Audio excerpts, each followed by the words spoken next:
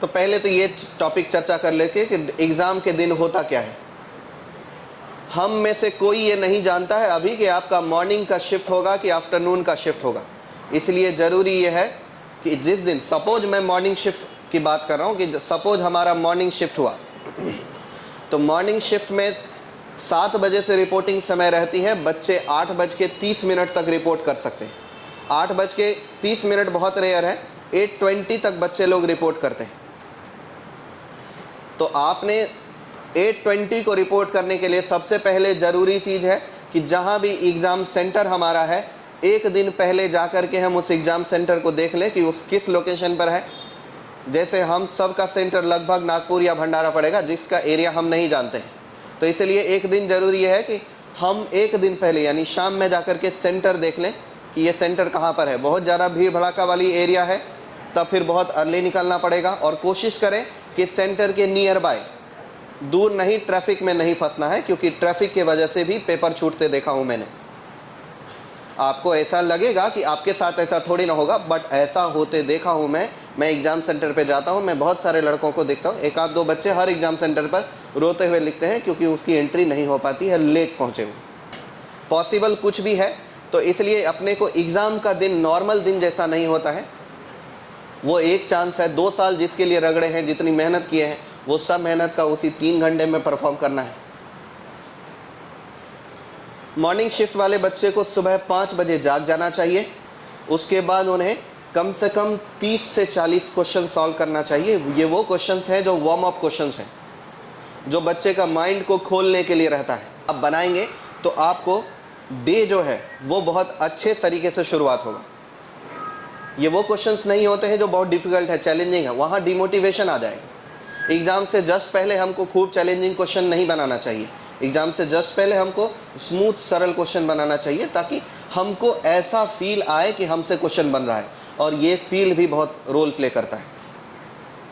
अगर हमको हमारे ऊपर भरोसा लेकर के हम पेपर में देने गए हैं, तो हमारा भरोसा हमारे मार्क्स को इम्प्रूव कर देता है, और अगर हम मुंडी लटका के नीचे गए पेपर देने गए हैं, हमारा मार्क्स भी डाउन हो सकता है। हालांकि ये नियम नहीं है कि ऐसा होगा ही होगा, होने के लिए कुछ भी हो सकता है, लेकिन ये संभावना रहती है। 60 मिनट में आपका वार्म अप हो जाए, इतना नहीं कि अब हम इतना सारा क्वेश्चन बना लेते कि थक जाएंगे। अगर हम थक गए तो बड़ी समस्या है। थकना भी नहीं है और वार्म अप भी करना है, खुद को एक बेटर फील देना है। उसके बाद जाने से पहले सारे डॉक्यूमेंट्स आपको रात में ही पैक कर लेना चाहिए।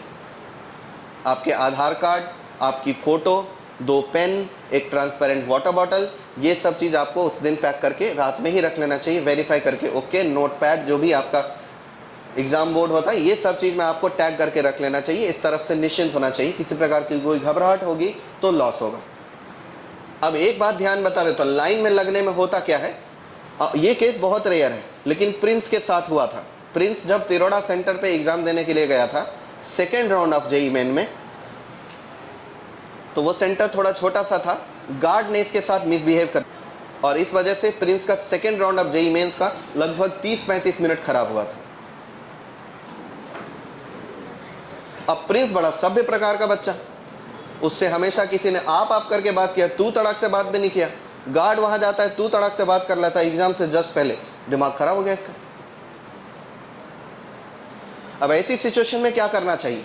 अगर ऐसा कभी सिचुएशन आता है तो हमको तुरंत ये बात सोचना चाहिए कि इस सब प्रक्रिया में मेरी कुछ गलती है क्या, क्योंकि ऐसी बहुत सारी चीज आपके साथ हो सकती है जिसमें आपकी डायरेक्टली कोई गलती नहीं होती है, किसी और का गलती हम पर ट्रांसफर होता है।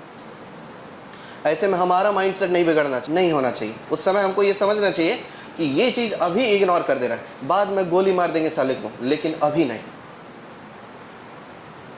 ये इस समय इग्नोर कर देने वाली चीज है। उस समय प्रिंस को ये समझना चाहिए कि ये जो गार्ड चिढ़ा हुआ है, फ्रस्ट्रेशन दूसरे बच्चे का है, मेरे पे क्यों निकला है, क्योंकि मैं जस्ट सामने आ गया हूँ, ये बस कोइंसिडेंट है, इसमें मेरा कोई गलती नहीं है, मुझे इस चीज़ से दिमाग को हटा लेना चाहिए।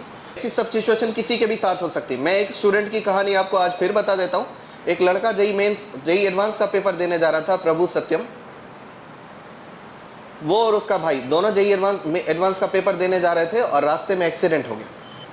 अब हॉस्पिटल के किसी भी कारण से अगर हेल्थ इश्यू है, आपका पेपर छूट गया तो छूट गया, अगले साल ही दे सकते तुम। प्रभु को होश था, उसने बोला कि नहीं, मैं हॉस्पिटल नहीं जाऊंगा, मैं एग्जाम हॉल जाऊंगा। मतलब 3 घंटा उसने फटे हुए सर से, कितना दुख रहा होगा सोचो जरा, उसने पेपर दिया। सिचुएशन किसी के साथ कुछ भी हो सकती है, लेकिन उसके लिए हमें मानसिक रूप से तैयार रहना। ये मैं नहीं कह रहा हूं कि सबके साथ ऐसा ही होता है, रेयरली बताए, बहुत रेयर है, पर अगर हुआ तो हमको इस चीज़ के लिए क्लियर रहना है कि इसमें हमारा कोई गलती नहीं है, हमारा माइंड से डिस्टर्ब नहीं होना चाहिए, मिनिमम डैमेज करते हुए वहाँ से निकल जाना है।